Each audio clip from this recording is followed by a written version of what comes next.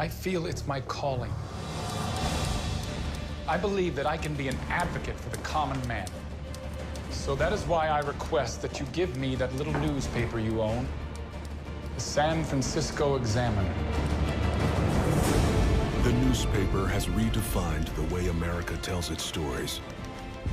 But its rise to prominence was fueled by a bitter rivalry between Joseph Pulitzer. We'll dedicate ourselves to the cause of the people. A man who built himself up from nothing. And William Randolph Hearst. Excuse me. You're fine. The wealthy son of a business tycoon. Two media titans battle for the loudest, most trusted voice in journalism. You don't care that he's printing lies? Blurring the lines between fact and fiction. You ready to start a war? A million readers are. As they lie, cheat, and steal their way to the top. To the New York Journal. An intense conflict that would define journalism as we know it today and change America forever.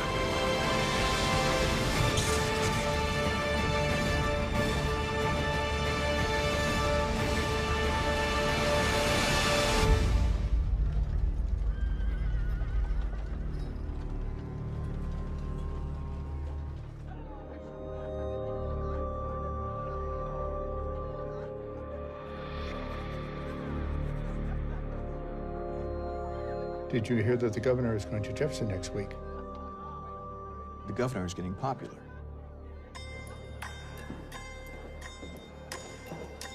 Mr. Augustine, would you mind telling me about the new mental hospital? And how much is your construction firm charging the city for it? Mr. Augustine, Mr. Augustine. From his earliest days as a reporter, Joseph Pulitzer has aspired to be the voice of the people.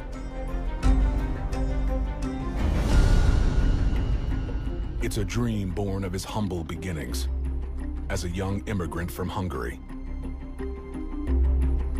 He came here struggling. He really had to fight to survive in this new country. I mean, his immigrant experience was a pretty harsh one. Pulitzer's life as an immigrant gives him a first-hand view of the divide between the rich and the poor. So when he's offered a job at a St. Louis newspaper, he jumps at the opportunity. Journalism gives Pulitzer a platform for his unique voice. One he can use to protect people just like him from being exploited by the rich and powerful. A newspaper in a town like St. Louis was geared towards men of a certain class, but for Pulitzer, the newspaper fit his sense of social responsibility, his sense that the poor people needed a defender, and he very much saw himself as that type of person. Pulitzer is on a mission to find corruption and use his writing to expose it head-on, all the while maintaining a high standard for accuracy. And his fearless brand of journalism quickly catches on. For the next 10 years, Pulitzer's tactics help him climb the ranks in journalism and rise above his once impoverished lifestyle. With the money he's earned, he acquires 2 failing newspapers and merges them into the St. Louis Post-Dispatch, a venerable newspaper that's still around today. With Pulitzer at the helm, it quickly becomes the city's top newspaper. But soon enough, he outgrows St. Louis and decides to take his brand of journalism to the greatest newspaper town in America.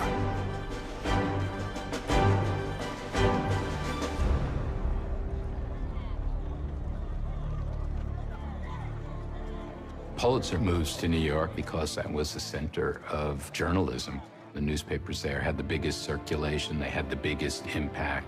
The best newspapers in American history were newspapers that operated out of New York City.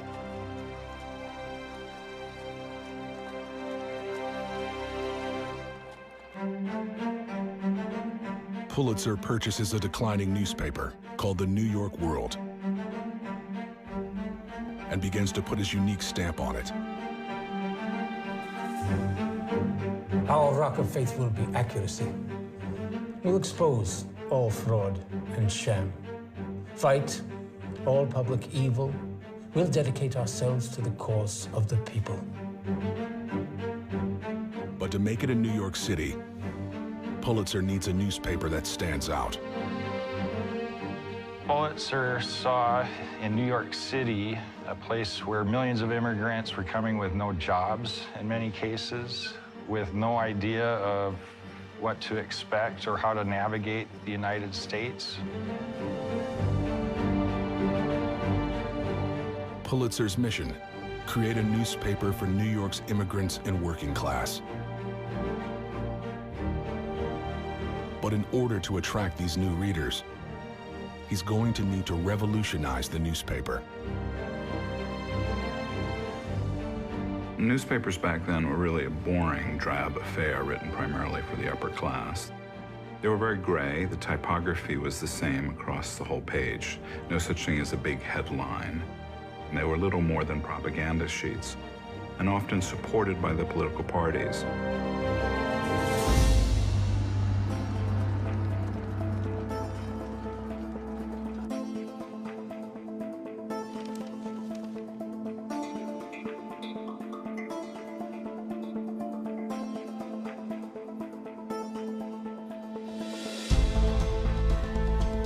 Pulitzer envisions a paper that uses bold headlines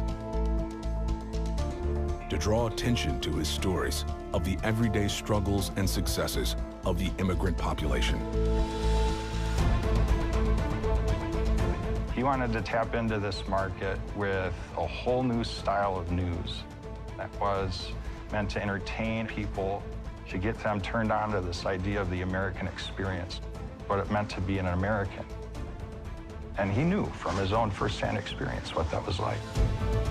Within 6 months, the New York World circulation triples to 45,000. And within a year and a half, Pulitzer is selling 100,000 newspapers. And it's all because of his bold approach. There's the expression, think out of the box. And when it comes to genius, that's exactly what you have to do. You have to look way outside the box in order to find that glimmer of inspiration which will propel you into the future. Joseph Pulitzer is on his way to owning the largest newspaper in the country.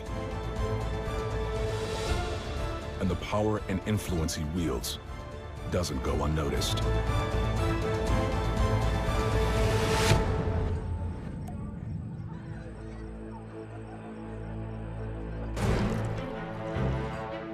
"200 miles away." You are absolutely adorable. You know that? Thank you. William Randolph Hearst has been following Pulitzer's rise with a keen interest. William Randolph Hearst was a child of privilege. His father made a fortune in mining. So young Will went to good school. He went to expensive schools. He was indulged. You could say he was quite spoiled. But for Hearst, getting out from his father's shadow and making a name for himself is the first priority. Careful. I haven't read this one yet. The newspaper industry may just be the path he needs. Hearst is specifically inspired by Pulitzer. He's been reading Pulitzer's world. He sees the excitement that this paper generates. He sees the enormous circulation that Pulitzer has racked up. He thinks he'd like to do something like that. Hearst sees the newspaper as a source of influence, and he wants to bring Pulitzer's brand of journalism to the West Coast.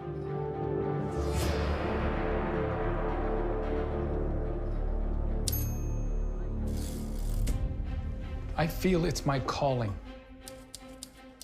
I believe that I can be an advocate for the common man.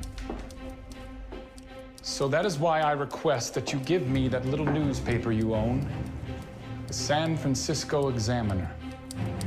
I think the fundamental difference between William Randolph Hearst and Joseph Pulitzer. Pulitzer is interested in power in order to achieve a particular set of reforms. William Randolph Hearst is interested in power to advance himself. He had an unlimited supply of money that he could use to fulfill whatever ambition he wanted.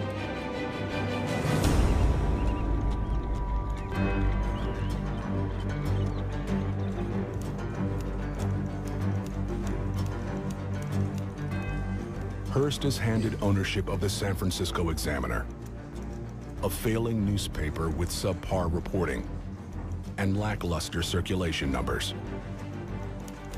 Excuse me, can you tell me where I can find the editor-in-chief, please? Thank you.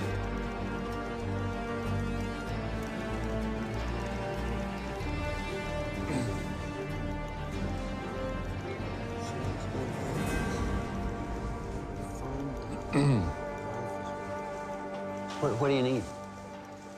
I'm William Hearst. George's boy. Didn't he tell you I was coming in today? No. No. The other thing we need is find out who wife is doing. That's what we need to cover. It's worth pursuing. It's life. Excuse me. You're fired.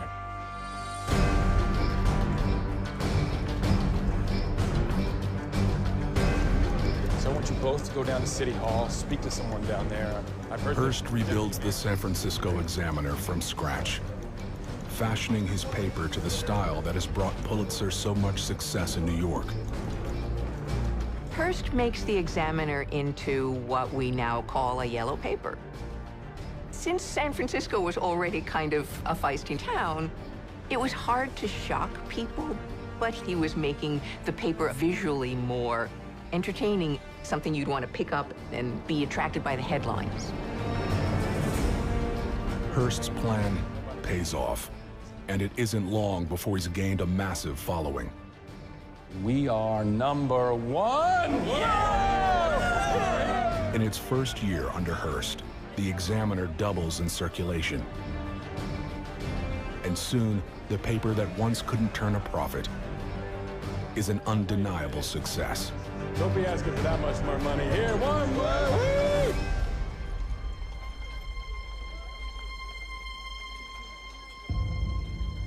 But Hearst wants to expand his empire even further.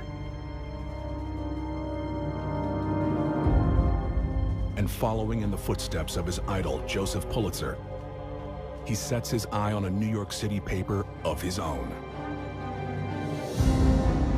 Hearst's success is based on a checkbook. He has unlimited resources to bring to war in New York, and now he's ready to come and compete with the master himself. He's coming to duel with Pulitzer. It's like two Western gunslingers. Instead of OK Corral, it's going to be Fifth Avenue, New York.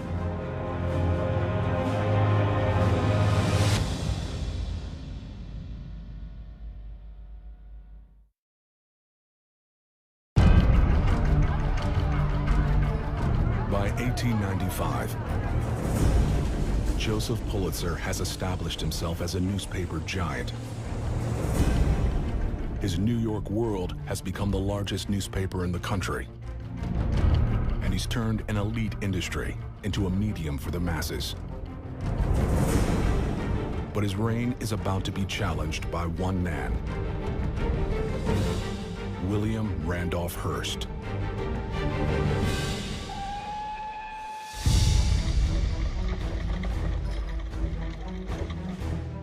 Fresh off the success of his West Coast newspaper, Hearst arrives in New York City. New York at this time is a massive and rapidly changing and fascinating and colorful and scary and volatile city. Hearst dives in, and it's very clear that Hearst is going to spend whatever money it takes. After purchasing a penny paper called the New York Morning Journal, Hearst moves quickly to build his empire. Over here is the editor-in-chief, so I can keep an eye on him. This is City Bureau. Over here will be sports. And where you're sitting, international. Journalists were part of the brand. They were part of what you were selling.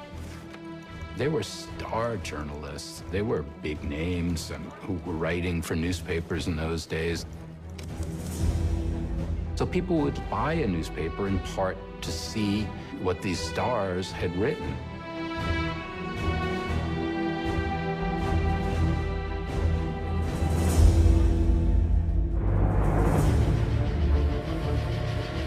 With Pulitzer away on vacation,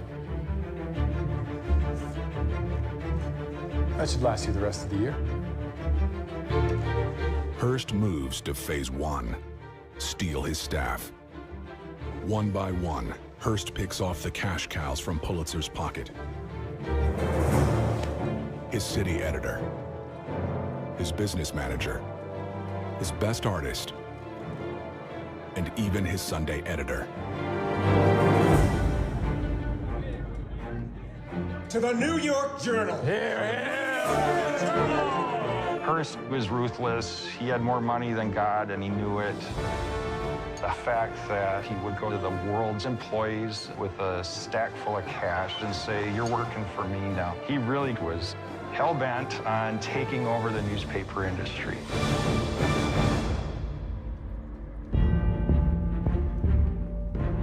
Only months after arriving in New York, Hearst has acquired the greatest newspaper staff that money can buy. And it's not the only move he's made to try and take down his biggest competition. Phase 2 of his plan: match Pulitzer's page count. Hearst uses Pulitzer's own tactics, but he pushes it up 2 or 3 notches, past whatever Pulitzer would do, had done, was capable of doing. Hearst wants to knock the legs out under Pulitzer and take over Pulitzer's terrain with the same kind of readership. Hearst packs the front page of his paper with sensational headlines about scandals and crime. And he does it all for 1 penny, half the price of the New York World. To stay ahead of the competition, you can't stand still, throwing yourself all the way deep into the battle. That's what playing to win's all about. In just 3 months, Hearst has doubled his circulation.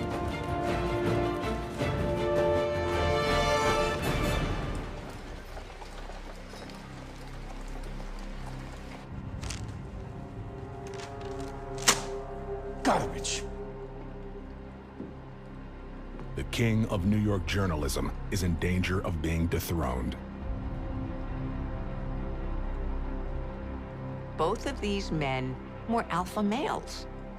Both of them were used to walking into a situation and triumphing.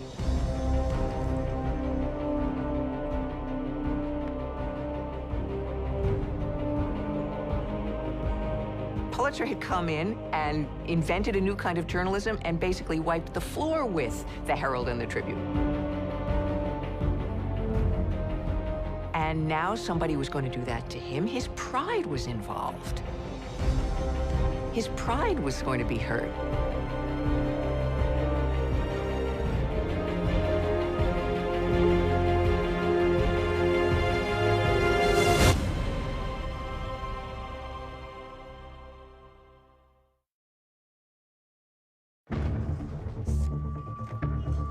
That should last you the rest of the year. William Randolph Hearst's mission was simple: crush Joseph Pulitzer's newspaper at whatever the cost. Poaching his staff is only the beginning.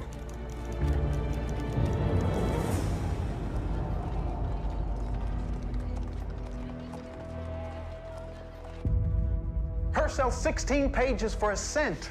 We sell 8 pages for 2 cents. We'll drop the price. If Hearst can afford it, we can.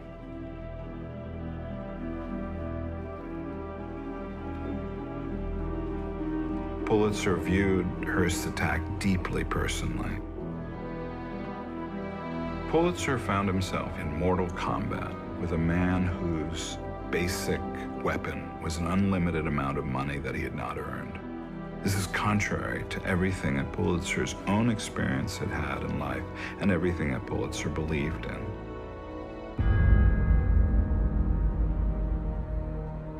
Your lead needs to be 5 words shorter. Those 5 words are the difference between a good article and a bad article. This is gonna kill us.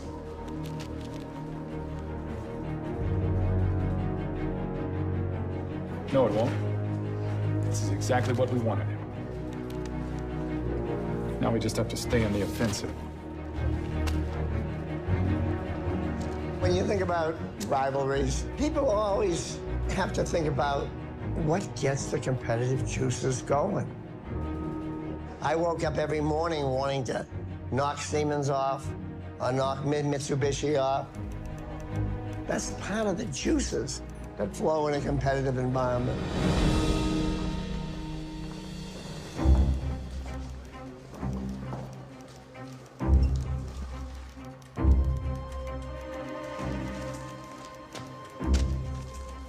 And I know right where to hit him. What do you say we spread our wings a little, huh? Hearst seizes the opportunity when he discovers Evangelina Cisneros, an 18-year-old girl caught in the crosshairs of the Cuban Revolution. The young Cuban rebel has been imprisoned by the Spanish. And for Hearst, it's just the story he needs to boost his readership. The story of Cuba and the oppression and what Spain is doing is going to serve Hearst in his fight against Pulitzer and his fight for circulation. Hearst decides to champion the struggle of a virtuous girl held against her will, as a way to get his readers interested in the rebels' cause against Spain.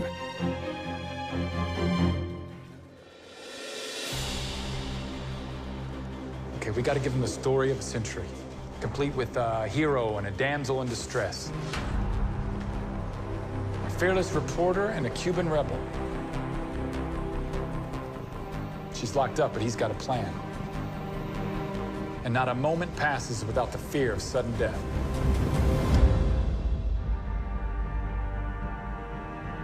Hearst publishes a theatric account of Evangelina's escape, fashioning his story with the dramatics of a play and keeping his readers wanting more.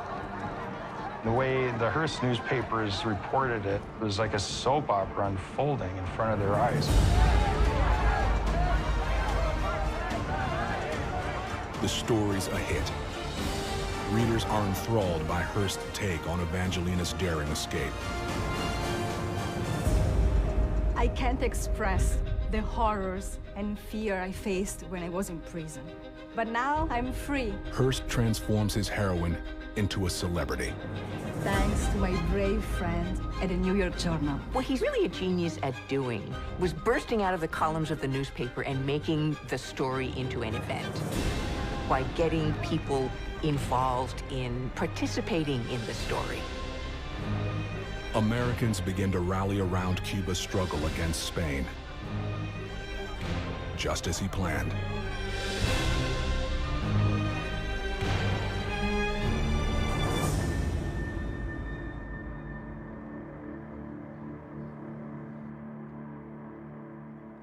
How do we compete with this? Joseph Pulitzer can only watch as Hearst basks in the spotlight, but he refuses to sink down to the level of his bitter rival. Pulitzer had signs in his newsroom all over the walls. Accuracy, accuracy, accuracy. He believed that reporting ought to be accurate. This is hard. Hard.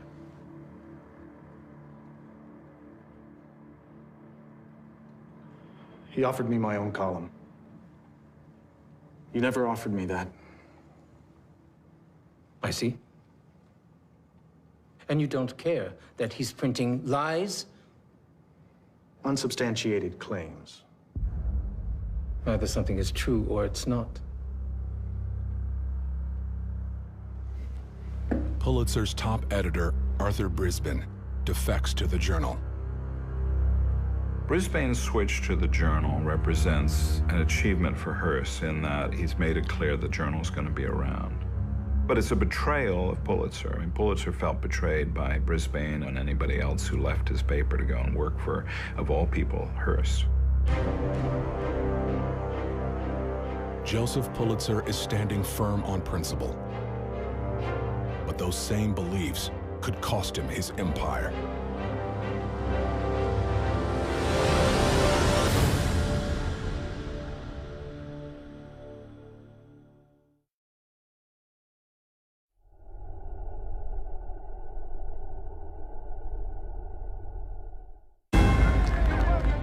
On the heels of publishing the Evangelina Cisneros story,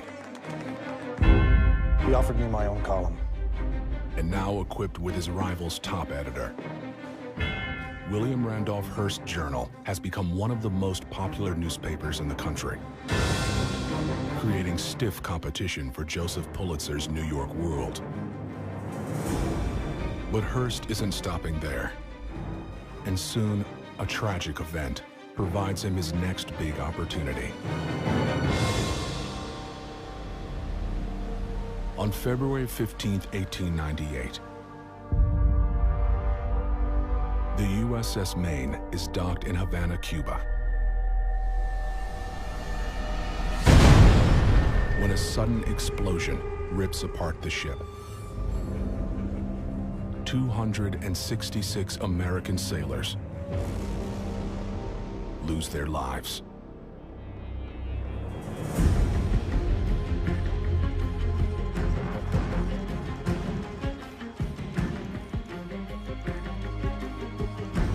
Here's your headline. The work of an enemy. And I want an extra edition on the streets within an hour. You ready to start a war?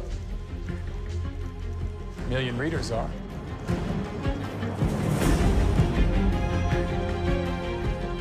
Hearst jumps to the conclusion that this was the work of Spanish treachery, is the word that he put in headlines. And there was no evidence of that. But for Hearst, it quickly became a reason for the United States to go to war with Spain over Cuba.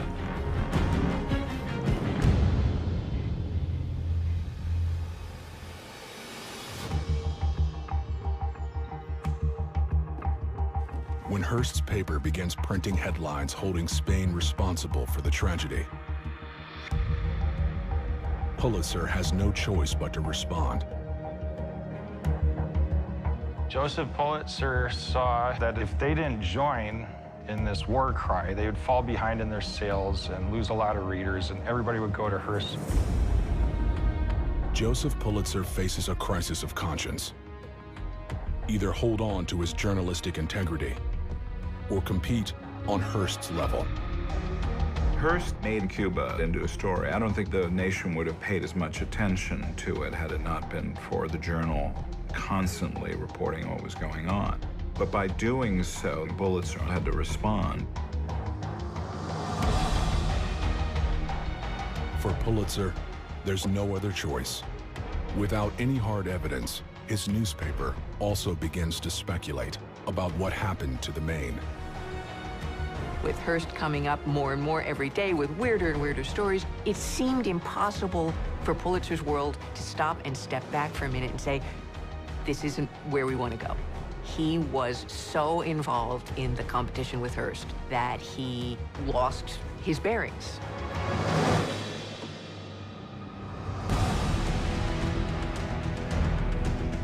Day after day, the two titans are locked in battle as the World and the Journal try to one-up each other's reporting on the Maine.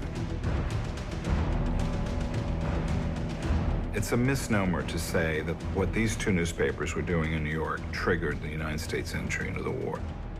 But what they did do is they were like the bellows on a flame. They both helped stoke a nation that was eager for war. On April 25, 1898, after 2 months of sensational headlines, Congress declares war against Spain. The war becomes a golden opportunity for both Pulitzer and Hearst to sell more papers. And between them, no expense is spared. It's very clear that Pulitzer's paper is trying very hard to be just as grabby, just as entertaining, just as sensational. In the spiraling competition, Hearst was pouring so much money into this, and the world felt we need to put that much money in too. We can't fall behind. They're both spending enormous amounts of money. Gentlemen, do we have 300,000 readers? No! Do we have 600,000 readers? No! Do we have 900,000 readers? No! How many readers do we have? 1 million! By August 1898, after only 4 months, the conflict in Cuba is over. Hearst gets exactly what he wanted, as circulation of the morning and evening editions of his journal hits 1 million copies. His newspaper has become a dominant force in modern journalism. But Pulitzer's struggle has only just begun.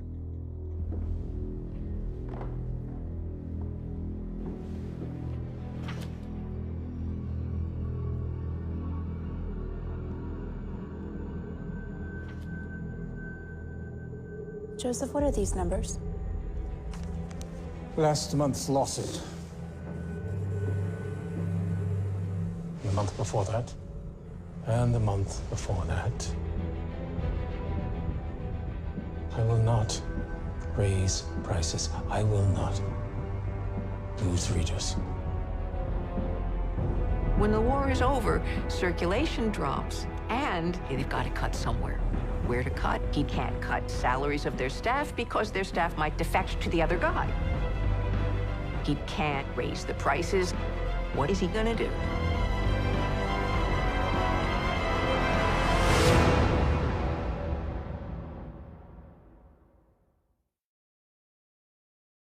How many readers do we have? 1 million! The Spanish-American War has come to an end. Both Joseph Pulitzer and William Hearst have spent a fortune covering the event, and now the bills must be paid. But unlike Hearst, Pulitzer doesn't have a family fortune to keep his paper afloat.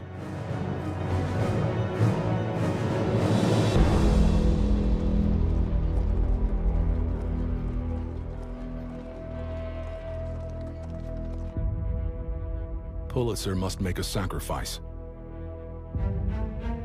So he looks to the one group of people that don't have the power to defend themselves. The newsboys. How many you want? 50. How many you want? The newsies, as they're called, were these deeply impoverished children, many of whom were homeless and lived under bridges. They would get a bundle of papers for which they would pay for it at a very discounted rate, and then they'd go out and sell it, and that's how they earned their keep. Pulitzer and Hearst depended on these kids because a newspaper could print hundreds of thousands of papers and sell them on the street within an hour. The newsboys' only means of survival are the pennies they earn, shouting out headlines on the street. During the Spanish-American War, Hearst and Pulitzer raised the prices they charged the newsboys because of the enormous expense of covering the war. Rather than selling them 100 copies for 50 cents, they sold them 100 copies for 60 cents. And if they didn't sell all their newspapers, they didn't get any refund. Now that the war is over, the newsboys assume that Pulitzer will return the bulk price to 50 cents. But in an effort to repay his debts, Pulitzer refuses to give up a single penny.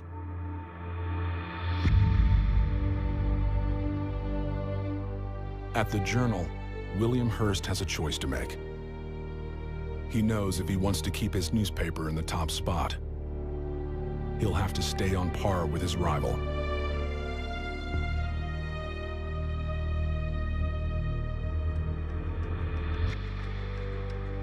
When Pulitzer and Hearst face these disenfranchised street kids who are just needing a little more money, it's understandable that Hearst, the rich kid from San Francisco, was unsympathetic.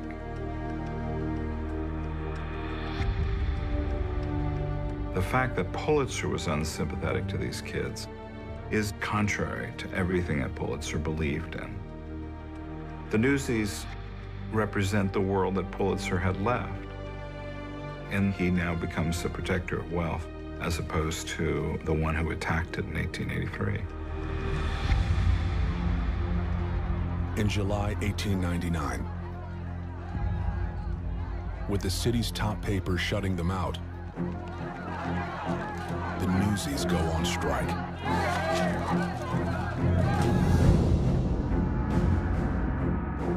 The boys protest. Shocking everybody, the boys protest. There are lots of them. They get together. They insist they're going to stay together. Their leaders emerge. It's covered wildly in the other newspapers who love seeing this kind of tilting of the lances at the great Hearst and Pulitzer empires. The Times, the Tribune, they're all giving it massive coverage. They make them seem like, little heroes going up against the big corporate monsters. More than 5,000 newsboys shut down New York City. To gain attention for their cause, they clogged the Brooklyn Bridge, halting city traffic for hours. With the Newsies in protest, distribution of the World and Journal grinds to a halt. Over the course of 2 weeks, circulation of the New York World drops over 50%.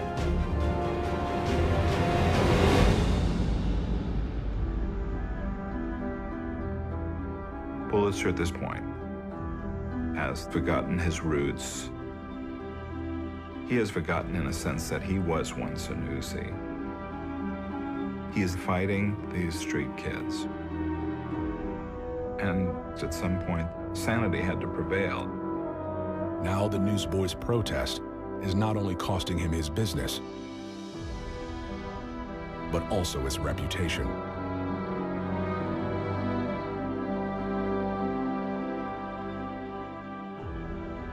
The careers of two newspaper giants are now in jeopardy, thanks to their own ruthless tactics.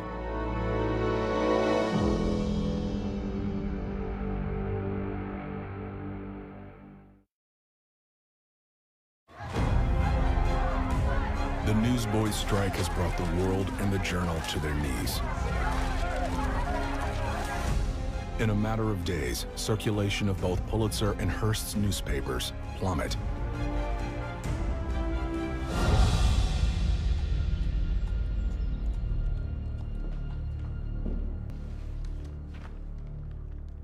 It's just not right. I know you think that, but... They're just children.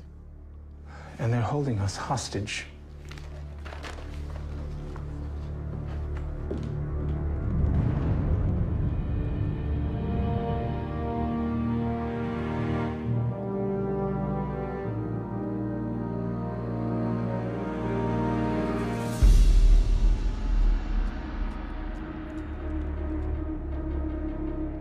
If Pulitzer and William Randolph Hearst are going to save their businesses, the two newspaper giants have no choice but to put aside their rivalry and agree to make a deal with the Newsboys. The strike did show them that they needed to cooperate just a little bit. It was reluctant, but there was an understanding that ruthless breakneck competition was not going to serve either of their interests. They won't lower the bulk price, but they agree to refund the Newsboys for any papers they don't sell.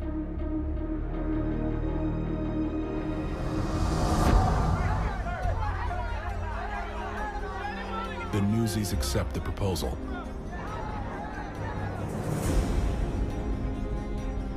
And on August 2nd, 1899, the strike ends. The victory of the Newsies is a dramatic moment in American labor history when the most disenfranchised, most powerless group of kids come together and fight these two giants. It's David and Goliath on a huge scale.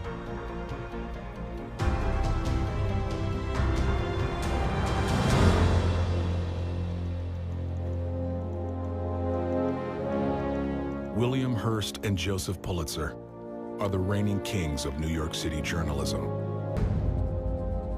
But it's clear they're no longer just the voice of the people. They also represent the interests of an industry. In some ways, Pulitzer and Hearst were Coke and Pepsi. They were Ford and Chevy. They went at each other. They improved each other. In some ways, they made each other a little worse, a little more craven in their search for audiences. The newspaper giants may have won, but Joseph Pulitzer fears that his competition with Hearst has tarnished his legacy. It's a little disturbing to think that Pulitzer, the champion of the people, went after a bunch of little boys. But a lot of the decisions he made were made in fear of letting Hearst win. I think Pulitzer felt an extreme need to atone.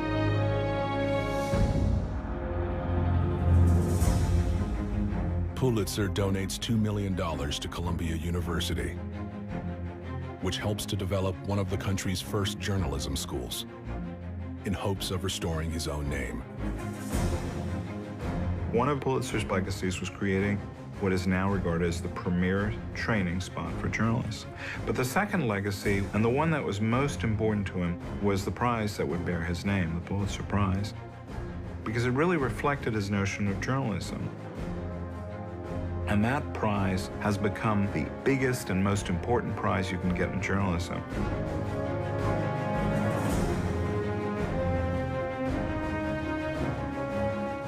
William Hearst uses his journalism empire as a stepping stone to a career in politics and eventually Hollywood. William Randolph Hearst's reputation has survived in large part because one of the great movies of all time, Citizen Kane by Orson Welles, was based on his life. I think otherwise he would be less well-known today than he is. A bitter rivalry between two publishing giants revolutionized journalism and propelled mainstream media as we know it today. Hearst and Pulitzer together made the newspaper essential for daily life. So much of today's newspapers, more than 100 years later, still reflects many of the innovations and changes that Hearst and Pulitzer made. They were responsible for a large part of the way newspapers work today. The modern mass media that we turn to every day comes from the achievement of these two men. The very notion of consuming news as a form of entertainment, that you want to read about what's happening in your city, you want to read about famous people, all come from the way they changed culture and the way they changed media. The achievement of these two men was, on a historic scale, enormous.